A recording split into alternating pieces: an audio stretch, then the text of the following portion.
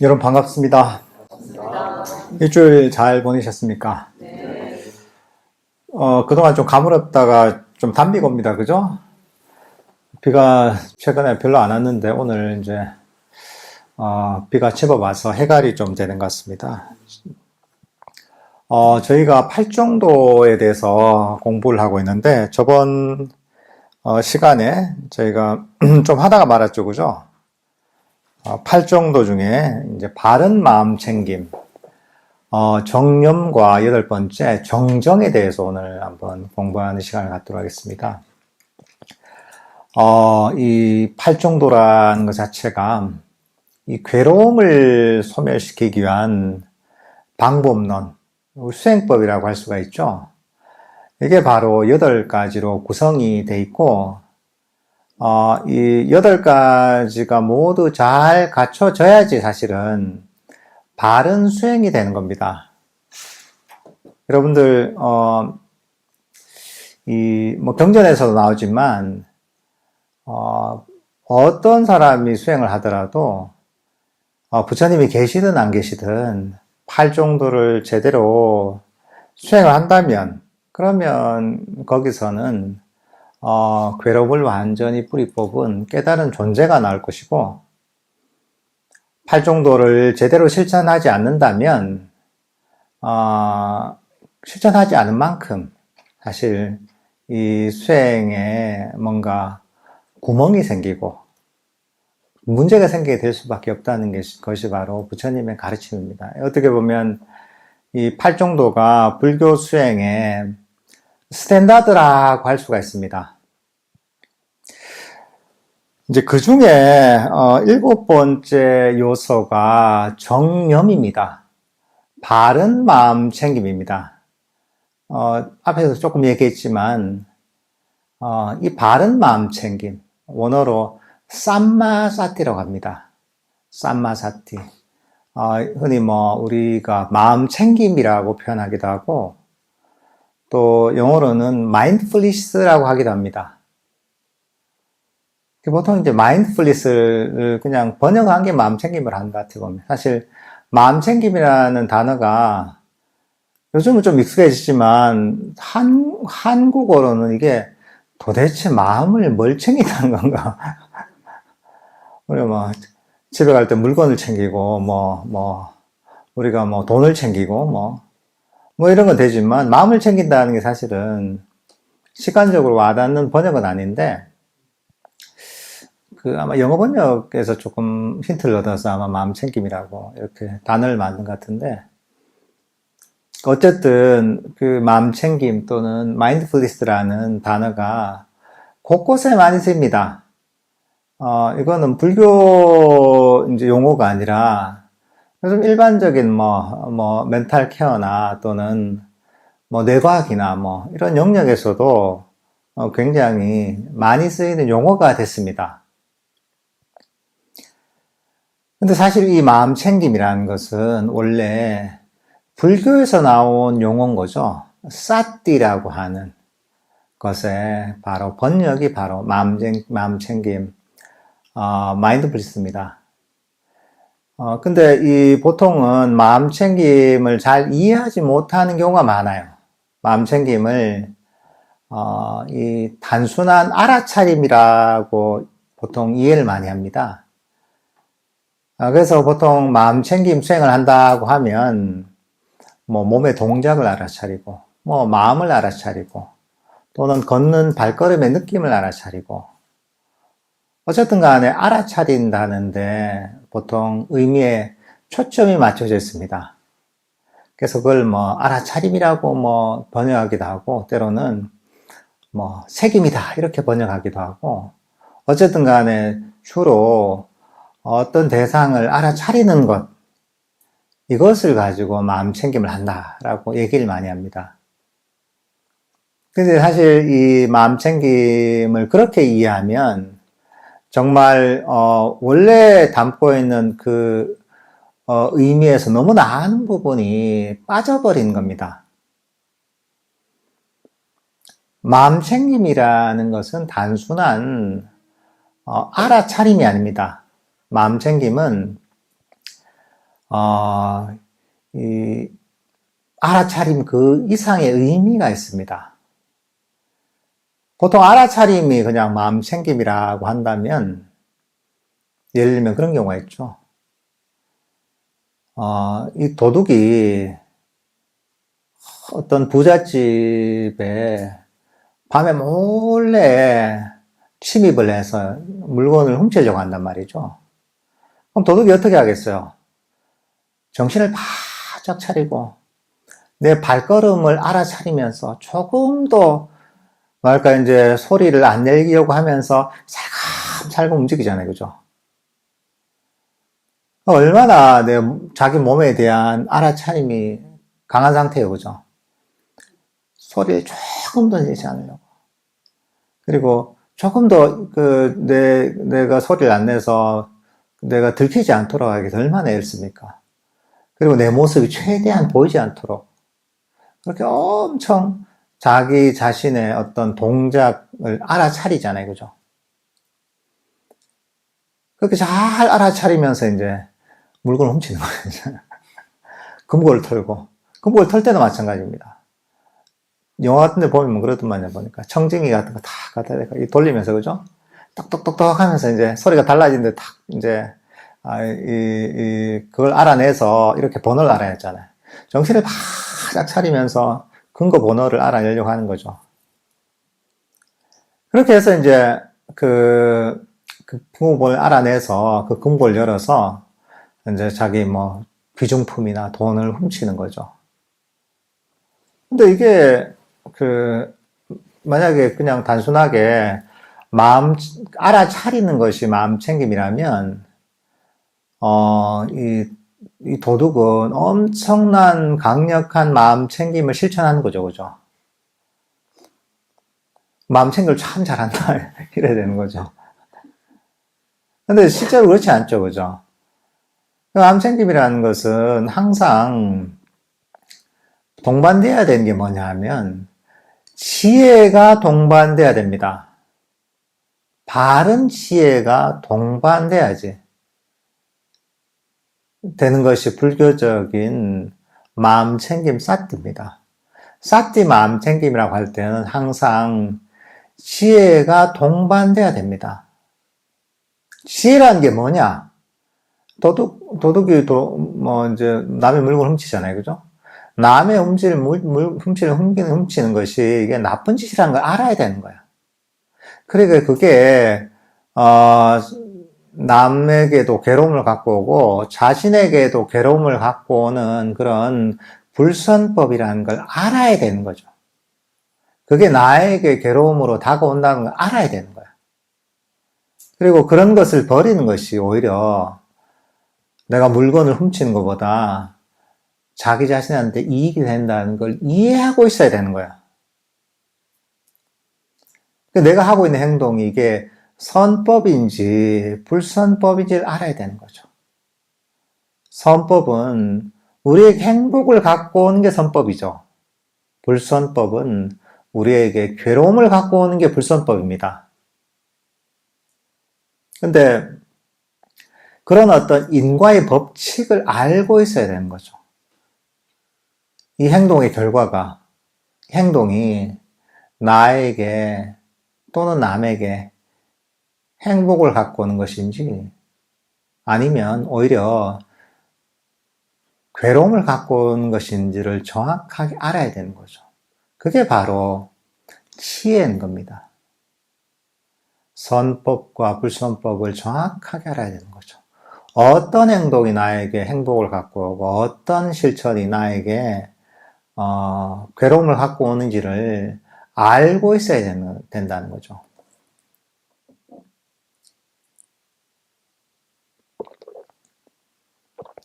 고양이가 어떻습니까? 쥐를 잡을 때 한번 보세요. 그런 거 본 적 있죠, 그죠? 시골에 살아부터 보면 그런 광경을 많이 목격하거든요. 고양이가 쥐 잡을 때 딱 보면 살금살금 움직이면서 정말 주의력을 집중하면서 알아차리면서 다 하거든요. 그러고 나서 이제 탁 하다 이제 숨을 죽이고 탁 있다가 어느 순간에 쥐를 확 덮쳐서 잡죠. 그럼 고양이가 마음 챙김이 그럼 강한가? 그건 아니잖아요, 그죠? 그것도 고양이가 그런 쥐라는 생명체를 죽이는 것 자체가 선행이 아니잖아요, 그죠? 그러니까 뭐냐 하면 고양이는 본능에 의해서 그냥 사냥을 하는 거죠.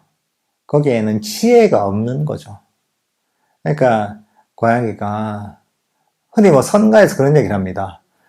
고양이가 쥐 잡듯이 화두를 들어라, 수행해라 이런 얘기합니다. 말이 안 맞는 얘기예요. 고양이가 쥐 잡듯이 하는 데서는 고양이는 무엇이 선법인지 무엇이 불선법인지 모르는 거죠. 바른 지혜가 없는 거죠. 그 상황에서 어떤 행동을 하는 것이 그 사람을 행복하게 만드는지 이걸 정확하게 이해하고 있는 게 어떻게 보면 지혜가 있는 사람인 거죠.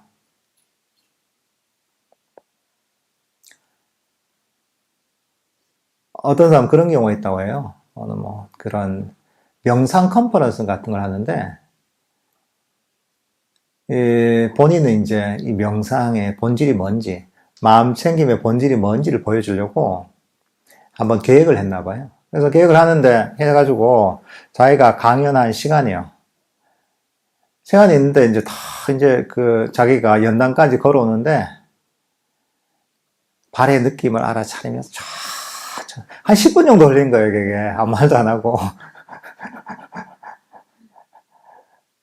그래서 이제 하고 나서, 이게 마음 챙김이다. 이렇게 얘기하는데, 그 뭐냐면, 이 사람은,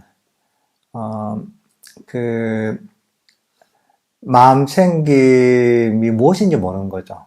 어떻게 보면, 그 상황에선 그 사람이 본인이 해야 될, 적절한 행동이 무엇인지를 모르는 사람인 거죠.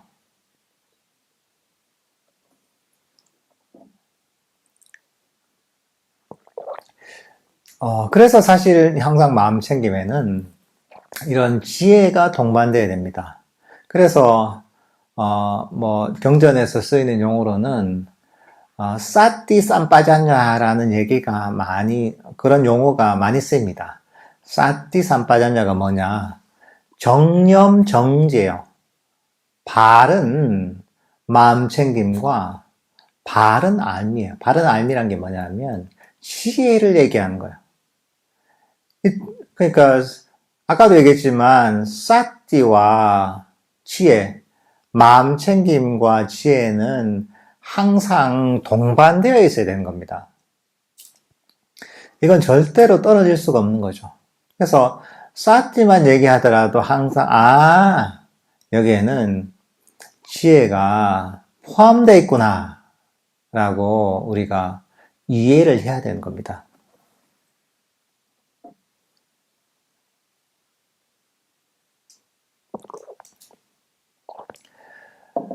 그럼 이제 어떻게 마음 챙김을 개발할 수가 있느냐? 첫 번째, 지혜가 생기려면 어떻게 해야 돼요? 배움이 있어야 되는 거예요. 법에 대한 이해가 있어야 되는 거예요. 그래서 우리가 법을 듣고 배워야 되는 거죠. 무엇이 선법이고 무엇이 불선법인지 알려면 배우지 않고 모릅니다. 그래서 부처님의 가르침을 듣고 이것들을 잘 배우고 이해하고 기억해야 되는 거죠. 이게 일단 기본입니다. 물론 처음부터 다 이해가 되진 않겠지만 어쨌든 간에 점점 이해를 깊게 만들어야 됩니다. 그래서 우리가 지금 법문을 듣는 것도 어떻게 보면 사띠를 강화시키는 과정이에요. 지혜를 강화시키기도 하지만 어차피 사띠에는 지혜가 동반되어 있어야 되기 때문에 여러분들이 법문을 듣고 법에 대한 수행에 대한 이해를 높이는 것이 한편으로는 사띠를 강화시킨다고도 할 수 있는 거예요. 지금 이런 법문을 듣는 것 자체가. 그리고 또 한편은 뭐냐 하면 우리가 기억의 측면이 있고 한편에는 우리 마음의 어떤 깨어있음, 알아차림의 측면이 있어요. 사티라는 게. 알아차린다 또는 깨어있다는 게 분명히 그런 측면이 있거든요. 하지만 여기에는 지혜가 동반되어 있어야 된다는 거죠. 근데 마음이 깨어나고 알아차림이 강해지려면 어떻게 해야 되느냐? 그래서 보통 이제 그러기 위해서 우리가 명상 주제를 가지고, 보통 뭐, 호흡을 알기도 하고죠. 다른 명상 주제를 계속 알아차리기도 하죠. 뭐, 그렇게 되면 보통 마음 챙김이 강해진다고 하는데, 근데 이 본질은 무엇이냐라고 살펴보면, 그 본질은 우리가 들숨과 날숨을 끊임없이 알아차린다, 알아차린다. 또는 과거와 미래를 버리고 현재의 순간을 알아차린다, 알아차린다 해서 끊임없이 그 어떤 대상을 알아차리다 보면 마음 챙김이 강화되지 않느냐, 이렇게 생각이 쉽거든요. 그것만 안 놓치고 계속, 들숨과 날숨을 알아차리고, 과거도 버리고, 미래도 버리고, 현재도 계속 알아차리고, 연불을 해도 계속 그 연불을 알아차리고. 그래서 보통 어떤 명상 주제를 알아차리는데 우리가 초점을 맞추는 경우가 많습니다. 그걸 거의 수행과 동일시하는 경우도 많아요. 뭐 그게 어떻게 보면 완전히 틀린 얘기는 아니지만 자칫 우리가 바른 이해가 없으면 그렇게 열심히 하더라도 바른 어떤 수행을 못하고 바른 마음 챙김이 개발되지 못하는 경우도 많습니다. 그러니까 이 원리를 우리가 알 필요가 있는 거야. 마음의 원리를. 마음이 어떻게 작동하느냐를 이해를 잘 해야 됩니다. 우리가 괴로운 이유가 무엇이냐? 결국 우리가 수행이라는 게, 모든 수행이라는 게 결국은 괴로움에서 벗어나서 행복하기 위해서 우리가 수행을 하는 겁니다. 딴 이유가 없습니다.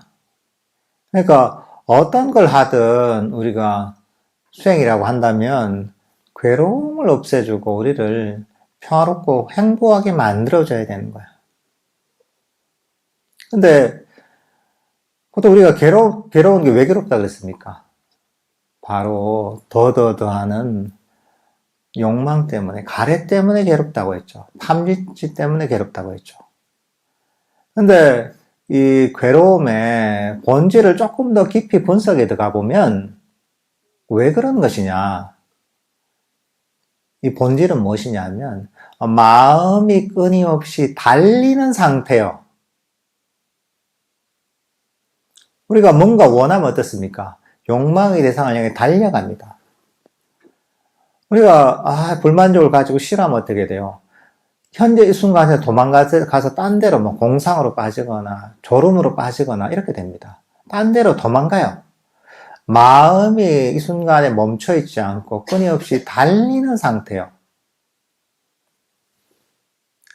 욕망의 대상을 향해 달리는 거죠. 달리다 보면 우리 마음은 어떻게 되냐? 피곤해져요. 우리가 하루 종일 달리다 보면 어떻게 돼요? 얼마나 피곤합니까?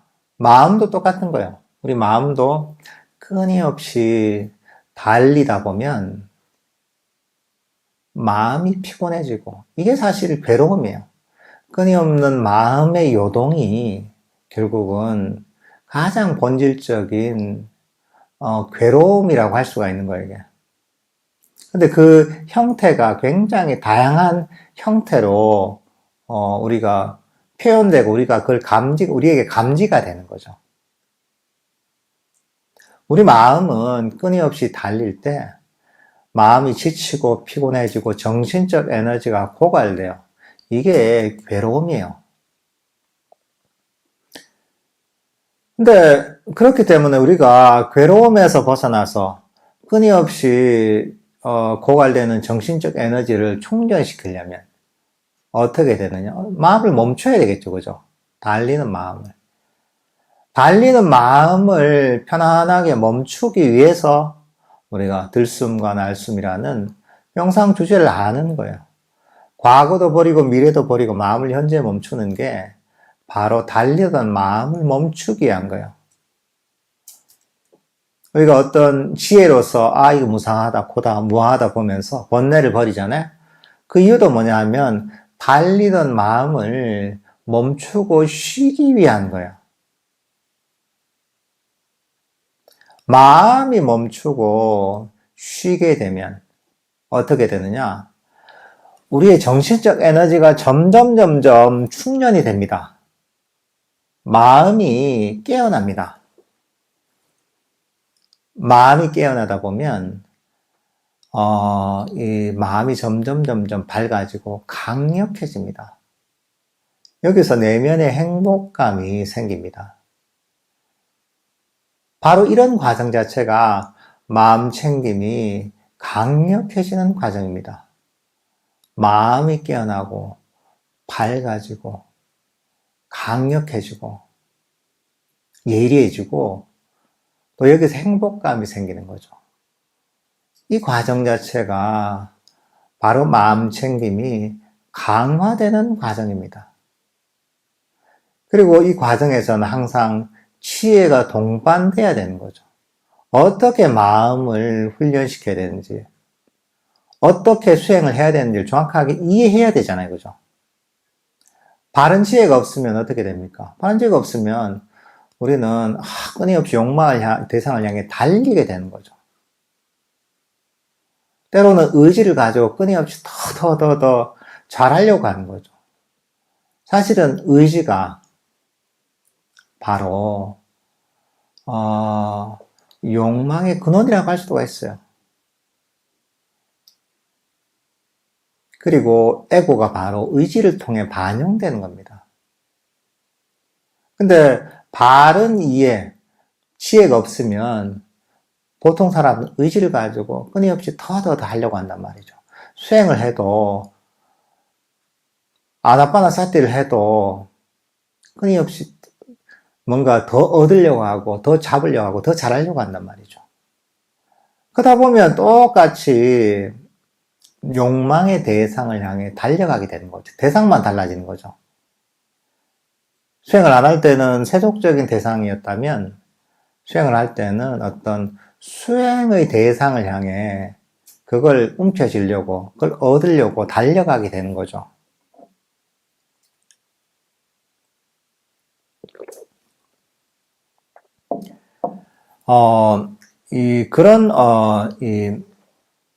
그렇기 때문에 이 바른 지혜가 당연히 동반되어 있어야 된다는 거죠.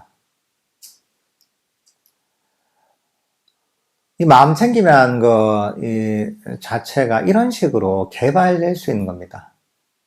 그리고 사실 이거는 팔종도의 모든 요소와 관련이 있어요. 우리가 팔종도를 따로따로 설명하긴 하지만 이게 다 연결되어 있는 겁니다. 아니 벌써 정견에서 벌써 지혜가 포함되어 있잖아요. 정사유도 마찬가지입니다. 여기에 어떻게 마음을 써야 되는지, 마음가짐을 가져야 되는지가 나와 있잖아요. 그리고 정어, 정업, 정명도 마찬가지입니다. 어떻게 우리가 행동을 해야지 달리던 마음이 가라앉고 마음이 멈출 수 있는 걸 가르치는 겁니다. 그러니까 이게 사실 바른 마음 챙김, 정념을 얘기하지만 사실 우리가 따로 떼서 그냥 설명하자니까 이런 것이지 팔종도의 다른 요소하고 모두 연결되어 있는 것이 바로 정념입니다.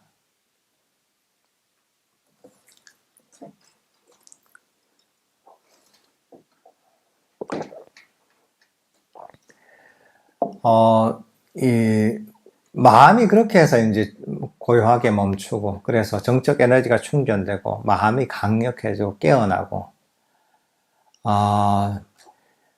이렇게 이제 마음 챙김이 강력해지면, 그러면 사실은 우리가 법에 대한 기억, 지혜도 강력해지게 됐습니다. 우리가 어떤 기억이라는 것도 보면 처음에는 아무리 내가 머리로 이해하려고 해도 약해요. 금방 잊어버려요. 그리고 설사 내가 머리로 이해한다고 해도 안 되는 게 많잖아요. 그죠? 마음에서 과거나 미래가 일어나는데 이걸 버려야지 한단 말이죠. 그러면 그래도 안 버려질 때가 많아요. 욕심이 바로 괴로움의 원인이다라고 얘기하지만, 욕심을 버려야지 하는데 안 버려져. 내 마음속에서 이런저런 잡념이 많이 일어났는데 이걸 버려야지 하는데 이거 안 버려질 때가 많아요. 근데 이 마음 챙김이 강력해지잖아요? 금방 얘기했던 과정을 거쳐서. 이러면 어떻게 되느냐? 쉽게 버려져요. 마음이 말을 잘 들어요. 그리고 마음을 아주 섬세하게 내가 조절할 수가 있어요. 마음속에서 마음 챙김이 약할 때는 과거나 미래에 대한 생각이 일어나서 버리려고 해도 안 버려졌는데 마음 챙김이 강해지면 과거구나. 쉽게 빨리 알아차리고 쉽게 버릴 수가 있어요. 흔적도 없이 버릴 수가 있죠. 미래에 대한 어떤 걱정이나 불안들도 쉽게 알아차리고 빨리 버릴 수가 있어요. 마음속에서 어떤 욕심이 일어났다. 욕심이 이게 괴로움의 원인이고 수행의 장애인데 처음에는 버리려고 하는데 안 버려져. 근데 우리가 수행의 과정을 통해 마음 챙김이 강해지면 이걸 쉽게 알아차리고 빨리 버릴 수가 있어요. 마음이 말을 잘 들어요. 그래서 이 마음 챙김이 강해지면 강해질수록 우리가 별로 할 일이 없어져요. 왜냐하면 마음이 기억을 잘해서 알아서 일을 잘하거든요. 함 시켜놓으면 일을 잘하는 거예요, 이게.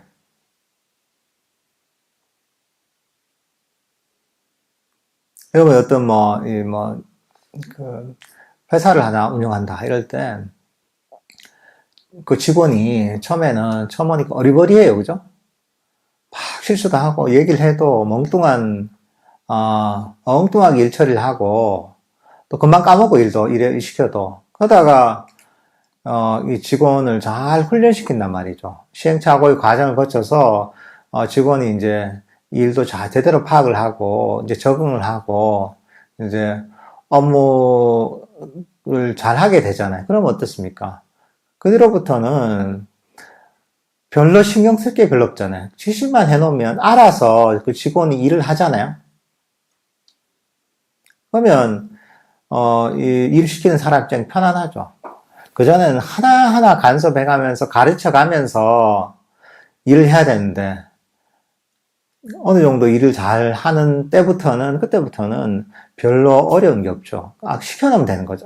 요건 요러니까 요 일을 오늘은 요런 일을 해주세요 하고 얘기하면 알아서 일을 하는 거죠. 그러니까 우리가 마음 챙김이 강해진다는 것은 우리 마음을 아주 유능한 직원으로 만드는 것과 똑같아요. 수행을 알아서 하는 직원을 만드는 거예요, 이게.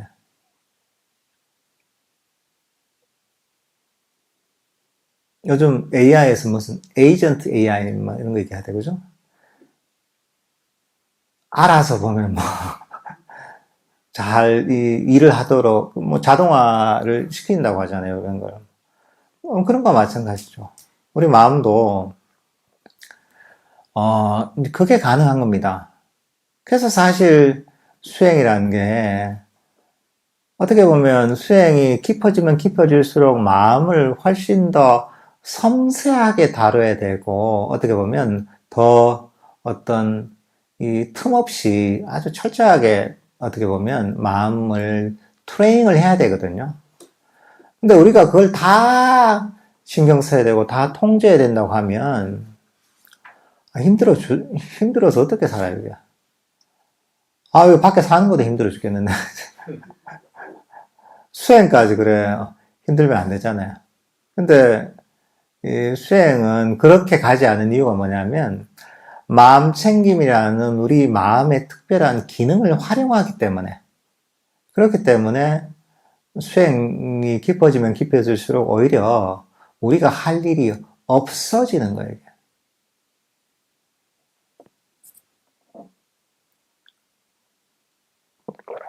그래서 우리는 사실 이렇게 처음부터 이런 마음챙김의 속성을 이해하고 이걸 잘 활용하는 연습을 잡고 해야 됩니다. 뭐 그런 사람도 있죠. 일을 해도 자기가 1부터 10까지 다 싹 해야지 속이 시원한 사람이 있어요. 그죠? 근데 수행할 때는 거의 모든 사람이 그렇습니다. 근데 혼자서 일을 다 하려고 하잖아요. 그러면 어떻습니까? 혼자서 일을 하다 일단은 너무 힘들죠. 그죠? 그리고 혼자서 할 수 있는 일의 양이라는 게 한계가 명확합니다. 혼자서 북치고 장구치고 막 잠도 안 자고 막 일하잖아요. 그러면 일하는 양도 뭐 한계가 있을 뿐더러 그게 오래 가지 못합니다. 나중에 지쳐서 나가 떨어지죠. 근데 그게 아니라 직원을 잘 활용하는 거죠. 잘 이제 일 잘하는 사람을 잘 뽑아가지고 잘 훈련시켜서 일을 시켜놓으면 내가 걱정할 게 뭐가 있어요. 나는 편안하게 쉬면 되잖아요. 수행이라는 게 그런 식으로 우리가 가야 되는 거예요. 그러니까 우리가 마음 챙김을 잘 활용해야 되는 거예요. 예를 들면은 우리가 호흡 명상할 때 유도 명상을 하잖아요. 그죠? 유도 명상할 때 이런 것도 어떻게 보면 마음 챙김을 활용하는 거예요. 유도 명상할 때 유도하는 멘트가 있잖아요. 처음에 듣고 기억하는 거죠. 기억하고서 그 다음에 어떻게 해요? 네가 잘 알았지 마마. 이제 네가 알아서 해봐. 믿는다 하고 맡겨두는 거죠. 그런 식으로 연습을 많이 해야 돼요. 끊임없이 내가 하려고 하면 안 돼요, 이게. 처음에는 잘 안 되겠죠. 그렇잖아요. 이거 직원을 한테 일을 시키면 처음에 잘 못하잖아요. 그죠? 하지만 못한다고, 너는 안 되겠다. 내가 해야지. 이러면 안 되잖아요. 그죠? 직원의 그런 능력이 늘지가 않잖아요. 그러니까, 처음에 좀 못하더라도 기회를 주는 거죠. 기회를 주고 또 못하면 또 가르치고 또 한 번 또 기회를 주고 이렇게 자꾸 반복해야 되는 겁니다. 수행도 마찬가지예요. 처음에 이렇게 우리가 유도 명상하는 그런 멘트를 기억하고 시켜도 잘 못할 때가 있죠. 그럼 또 가르치는 거죠. 그렇지만 또 그러고 나서 또 기회를 주면서 알아서 하도록 또 기회를 줘야 되는 거예요. 이런 식으로 자꾸 내가 빠지는 훈련을 해야 돼요. 이렇게 해야지 보면 우리 마음이라는 직원이 트레이닝이 됩니다. 트레이닝이 되는 만큼 내가 빠질 수가 있는 거예요. 근데 처음부터 이 트레이닝이라는 생각을 하지 않고 내가 1부터 10까지 나서서 다 하려고 하잖아요. 그러면 똑같아요. 처음이나 끝이나. 계속 내가 해야 돼. 그럼 한계가 있습니다. 그리고 사실은 내가 쉬지를 못하는 거죠. 쉬지 못한다는 것은 결국은 수행의 발전을 못한다는 겁니다. 수행의 발전하는 느낌은 어떤 것이냐? 내가 마음이 고요히 멈추고 안심하고 쉬는 과정이에요. 우리가 명상 주제를 막 알아차린다고 해서 우리가 막 엄청 힘들게 막 집중해서 애쓰는 게 아니에요. 오히려 그 반대예요. 과거도 버리고 미래도 버리고 이런저런 감각도 버리고 이런 짐을 점점 내려놓고 내가 신경도 덜 쓰고 마음 편안하게 점점 쉬는 과정이 바로 수행의 과정입니다. 수행이라는 게 마음의 짐과 부담을 점점 내려놓는 과정이에요. 여기에 보면 마음 챙김이 결정적인 역할을 하는 겁니다. 그 다음 마지막이 뭐냐면 우리가 발정도에서 정정, 바른 삼매입니다. 이 바른 삼매는 흔히 우리가 초선, 2선, 3선, 4선을 바른 삼매라고 해요. 초선정, 2선정, 3선정, 4선정을 바른 삼매라고 합니다. 그래서 부처님께서도 보면 깨달음에 이르는 과정을 보면 이 초선, 2선, 3선, 4선 이 선정을 성취한 다음에 그 다음에 거기에서 나와서 아주 강력해진 마음 챙김을 바탕으로 해서 번뇌의 뿌리를 뽑으십니다. 그게 경전에 자세하게 나와 있습니다.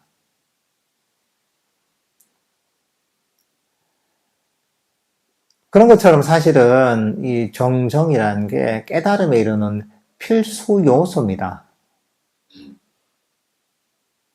근데 이게 그럼 그 과정에 어떻게 도달하느냐? 금방 우리가 마음챙김에 대해서 설명했던 그 과정을 그대로 거치는 겁니다. 사실 우리가 바른 마음챙김과 바른 선정, 바른 삼매라는 게 구분되는 게 아닙니다. 사실은 겹치는 부분이 거의 많은 거예요, 이게. 아까 얘기했잖아요. 저 수행의 과정을 통해 달리던 마음이 고요하게 멈추고 마음이 고요하게 멈추다 보면 마음이 정신적 에너지가 충전되고 마음이 깨어나고 밝아지고 강력해진다 했잖아요. 그리고 여기서 내면의 행복감이 생깁니다. 내면의 행복감이 생기다 보면 어떻게 되느냐? 우리는 행복할 때 거기에 더 머물게 되거든요. 우리가 괴로우면 거기서 도망가려고 하고 행복하면 자연적으로 거기에 머물려고 합니다. 그래서 행복한 시간에는 여러분들이 시간 가는 줄 모르는 거예요. 그죠? 근데 정말 불편하고 괴로운 시간 어떻습니까? 5분이 무슨 50분처럼 느껴지죠. 그죠? 근데 정말 즐거울 때는 무슨 1시간이 정말 5분처럼 느껴지잖아요. 그래서 수행이 즐거워지면 당연히 우리 마음은 거기에 자연적으로 밀착이 되는 겁니다. 왜? 즐거우니까 거기에 머물게 되는 거죠. 머물기 때문에 더 거기에 몰입이 되는 겁니다.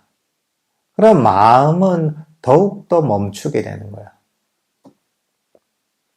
편안하게 멈추게 되는 겁니다. 그전에는 의도적으로 들숨날숨 알아차리고 과거도 미래도 버리고 막 이렇게 어떻게 의도적인 노력을 통해서 달리던 마음을 멈추려고 했다면 수행에서 마음의 멈춤에서 오는 행복감이 생기면 그러면 그런 특별한 노력이 필요 없어요. 행복한데 무슨 노력이 필요했어요? 그냥 편안하게 거기에 머물게 되는 거죠. 그러면 우리 마음은 더욱더 멈추다 보면 우리 마음은 거기서 그 멈춤 속에서 더 큰 행복이 생깁니다. 그러다 보면 거기에 점점 몰입이 돼요. 그리고 그 과정은 사실은 오감이 사라지는 과정하고 같이 가는 겁니다.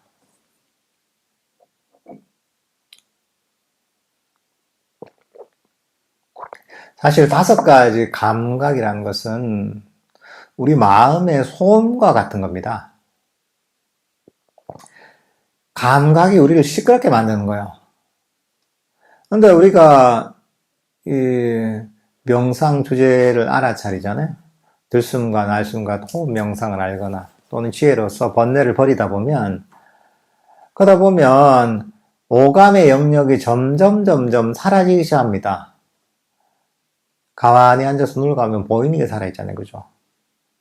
그리고 들숨과 날숨을 알다 보면 보이는 것도 사라지고 들리는 것도 사라지고 몸의 느낌도 사라지고 점점 오감의 영역이 사라지기 시작합니다.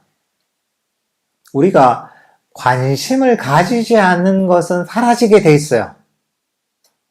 관심을 가지는 것은 더 뚜렷해지고 더 나타나게 되는 것이고 관심을 안 가지면 사라지게 돼 있습니다.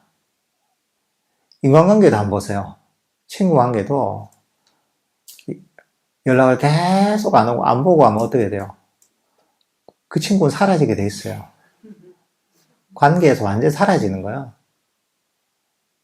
뭐든지 마찬가지입니다. 관심을 안 가지면 사라지게 돼 있는 거예요. 여러분 지금 본문 들으면서 본문에 몰입하면서 밖에 들리는 소리에 신경을 안 쓰잖아요. 그죠? 관심을 안 가죠. 그러면 밖에 들리는 소리가 안 들려요. 명상을 하는데 옆에서 뿌시락뿌시락거리는 소리가 들린다. 관심을 가져야 쓰는 거예요. 관심을 안 가지면 안 들립니다. 마찬가지로 우리가 이 명상 주제를 알면서 오감의 영역 있잖아요. 보고, 듣고, 냄새가 나고, 맛보고 느껴지는 오감의 영역에 관심을 안 가지면 그 오감의 영역이 사라집니다. 만약에 호흡 명상을 한다면 들숨과 날숨이라는 호흡의 감각에만 주의력을 두고 나머지는 관심을 안 가진단 말이죠. 그러면 나머지에 다른 오감이 점점 사라지기 시작합니다. 어떻게 보면 이게 오감의 소음이 사라진 것과 같은 거야. 우리를 피곤하게 만들고 우리를 끊임없이 그쪽으로 유혹하던 오감이 사라지는 거죠. 결국 우리 마음이 결국은 요동치는 이유는 뭐냐면 거의 대부분은 이 오감이 우리를 자꾸 요동치게 만드는 거죠. 들리는 소리, 보이는 것, 냄새, 또는 느껴지는 것, 이 오감이 우리를 끊임없이 달리게 만든다고 할 수가 있어요. 근데 이 오감이 사라지잖아요. 들숨과 날숨이라는 감각에 집중하면서 오감이 점점 사라지다 보면 남는 것은 들숨과 날숨이라는 감각밖에 안 남아요. 이건 뭐냐 하면 들숨과 날숨과 함께 달리던 여기저기로 움직이던 마음이 멈춘다고도 얘기할 수가 있습니다.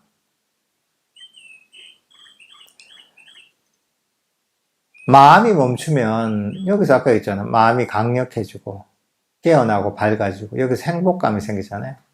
그러면 더 여기에 몰입이 되고 마음이 더욱 멈추죠. 그죠?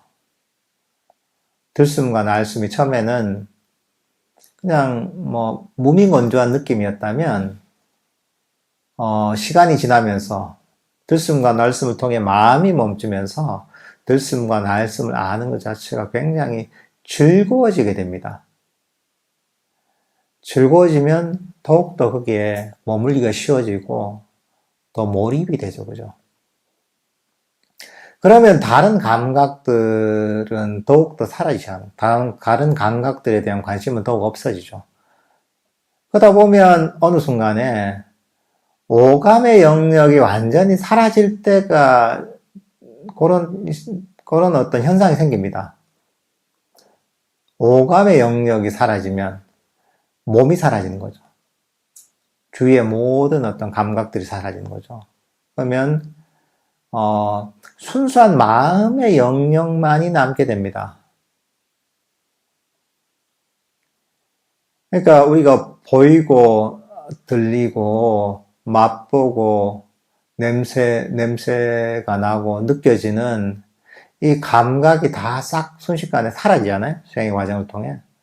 그러면 남는 건 뭐냐? 남는 것은 순수한 마음의 영역, 알고 있는 마음만이 남게 되는 거예요. 이게 굉장히 신기한 경험이죠. 왜냐하면 우리는 평소에 항상 오감과 함께 살아가기 때문에 오감이 사라진 어떤 그런 경험을 해본 적이 없어요, 이게. 너무 이상한 경험인 거죠, 이게. 하지만 수행의 과정을 통해 그게 자연적으로 일어나게 되는 겁니다. 그렇게 되면 어떻게 되느냐? 오감이라는 것이 정말 소음과 같은 것이었고 마음의 소음과 같은 것이었고 어떻게 보면 오감이라는 것이 마음의 짐과 같은 거였거든요. 근데 그 마음의 소음이 사라지고 마음의 짐이 사라지게 되면 얼마나 평화롭고 얼마나 마음이 가벼워져요. 우리는 조금 훨씬 더 자유롭고 행복해지게 됩니다. 수행이 더욱 발전해서 순수한 마음의 영역에 들어가는 거죠, 이게. 보통 그럴 때 그 순수한 마음을 빛으로서 경험하기도 하고 아주 강력한 법열로서 경험하기도 하거든요. 이제 이렇게 되면 마음은 좀 더 아주 정제되고 아주 섬세한 어떤 수준에 오르게 됩니다. 물론 이렇게 오감이 사라지는 것이 한번 사라지면 완전히 사라진 게 아니라 왔다 갔다 하죠. 사라졌다가 또 나타났다 하지만 방향성 자체가 점점 오감이 더욱더 사라지는 방향으로 가게 됩니다. 그리고 이런 어떤 수준에서도 계속 우리가 수행을 하는 거죠. 명상주의를 알아차리고. 때로는 명상주의가, 완전히 사라질 때도 있죠. 들숨날숨. 또 나타날 때도 있습니다. 그럴 때 어떻게 보면, 그럴 때도 우리 마음을 잘 다스려야 되는 거죠. 보통, 내면에서 어떤 대단한 행복감이 생기고, 또는 몸이 사라지는 경험을 하다 보면, 때로는 뭔가, 처음 경험해본 경험 때문에 혼란스럽기도 하고, 때로는, 이게 행복하기 때문에 여기에 이 행복감이 집착하기도 합니다. 그러다 보면 이걸 놓치지 않으려고 또 집착을 하면 마음이 또 요동치게 되고, 마음이 요동치면 또 이 수행이 또 저 밑으로 떨어지게 됩니다. 결국은 수행이 발전한 이유는 뭐냐면, 모든 어떤 집착들, 탐진치, 욕심들을 내려놨기 때문에 사실은 마음이 고약하게 멈춘 거거든요. 마음이 고약하게 멈춰서 마음이 강력해지고 밝아지고 행복해지고 삼매가 개발된 거거든요. 근데 다시 움켜쥐다 보면 이 마음이 요동치게 되죠. 근데 그럴 때도 우리가 법을 잘 기억해서 욕심을 버리고 집착을 버리고 만족하면서 부동심을 그러다 보면 이때도 마음이 더욱 발전합니다. 더욱 마음이 멈추고 더욱 마음이 고요해지고 마음은 더욱 밝아지고 더욱 행복해집니다. 이게 점점 강화가 됩니다. 마음이 멈추면서 마음은 더욱 행복해지고 더욱 밝아지고 또 마음이 더욱 멈추면 마음이 더욱 행복해지고 이런 식으로 점점 마음이 고양되면서 그러면서 어느 순간에 임계점에 이르게 돼요. 우리가 흔히 블랙홀 얘기할 때 사건의 지평선이라는 게 있잖아요. 그죠? 사건의 지평선이 뭡니까, 이제? 그 블랙홀의 어느 경계까지 가게 되면 거기서부터는 빛도 빠져나가지 못할 정도로 블랙홀 속으로 다 빠져들게 된다고 하잖아요. 그게 그 기준이 된 선이 사건의 지평선이라고 하잖아요. 그런 것처럼 우리 마음도 그런 사건의 지평선을 넘어서게 됩니다. 그러면 어느 순간에 아주 우리 마음의 블랙홀 속으로 완전히 빠져들면서 마음이 폭발하게 되거든요.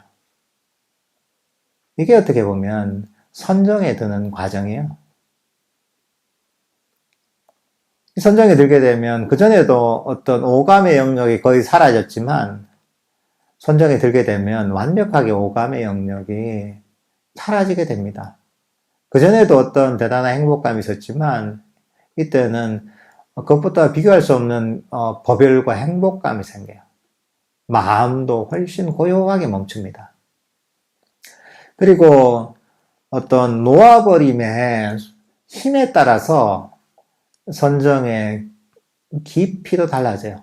놓아버림 힘이 깊어졌다면 초선, 2선, 3선, 4선까지 쭉 갈 수 있는 것이고 그게 약했다면 초선 정도까지 갈 수 있는 것이고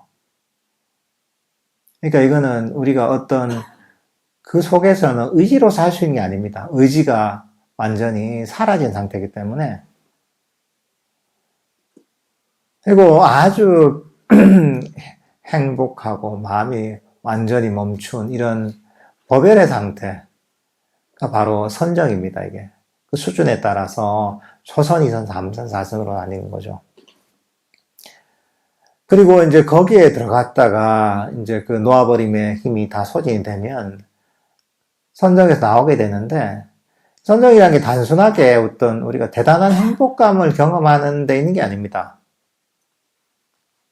부처님께서도 얘기하시지만, 이런 어떤 선정에 들어왔다 나오게 되면, 우리의 탐진치가 5가지 장애가 일시적으로 완전히 가라앉게 됩니다. 그리고 아주 강력한 마음 챙김이 유지가 돼요.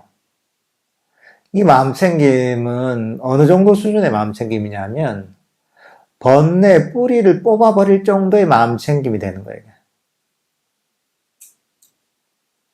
그래서 이런 아주 강력한 마음 챙김을 바탕으로 해서 번뇌 뿌리를 뽑아버릴 수가 있습니다. 부처님께서도 보면 이런 수행의 과정을 통해 선정에 들고 그리고 거기에서 나와서 강력해진 마음 챙김을 통해서 번뇌 뿌리를 뽑고 완전한 깨달음을 이루셨거든요. 그래서 괴로움을 완전히 소멸시키셨거든요. 마찬가지입니다. 누구나 그런 과정을 거쳐서 이 번뇌의 뿌리를 뽑고 해탈을 하게 되는 겁니다. 그래서 사실 그 뒤에 어떤 내용들에 대해서는 보통 이 8정도 말고 흔히 10정도를 얘기를 많이 하거든요. 10정도가 뭐냐? 8정도 뒤에 바른 지혜와 바른 해탈이 들어갑니다. 그러니까 이 강력해진 삼매, 선정의 힘을 바탕으로 해서 바른 지혜를 일으키는 거죠. 흔히 무상고 무아의 측면으로 우리 몸과 마음을 꿰뚫어 버리는 거죠. 그러면서 번뇌 뿌리를 뽑아내는 거죠. 그리고 번뇌의 뿌리를 뽑게 되면 그게 바른 해탈이 되는 거죠. 그래서 우리가 10정도를 얘기하면 수행을 아주 완결되게 설명을 할 수가 있는 거죠.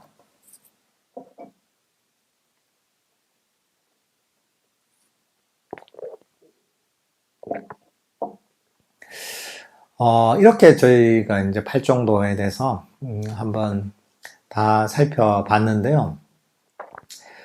이 8정도라는 것 자체가 보면 우리가 단순하게 이론이 아닙니다.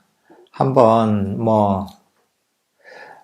불교대학에서 듣고 그냥 머리로 이해한다고 사실 이해할 수 있는 건 아닙니다.